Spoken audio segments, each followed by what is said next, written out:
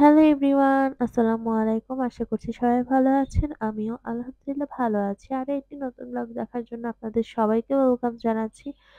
তো আরো একটা নতুন দিনের শুরু করতে যাচ্ছি আল্লাহর নামে। তো সকালবেলা ঘুম থেকে উঠেই আমি বারান্দায় চলে এসেছি। আর আমার বারান্দায় কিন্তু পাখিও আছে। আমি অবসর সময় পাখির সাথে টাইম স্পেন্ড করি।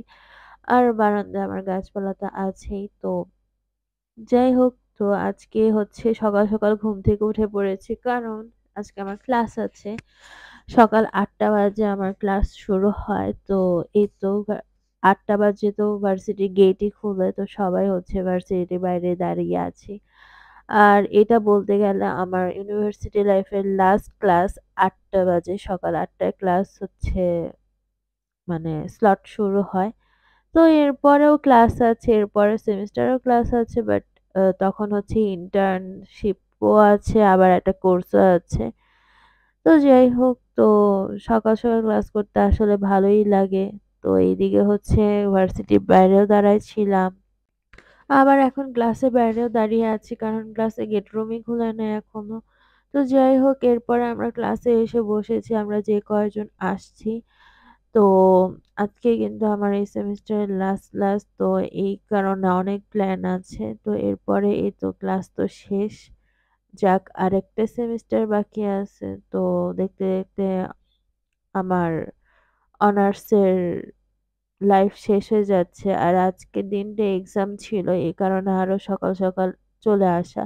এরপর একটু ছাদে আসলাম, কারণ নেক্সট সেমেস্টার থেকে তো আর ছাদে আসা হবে না ইউনিভার্সিটির।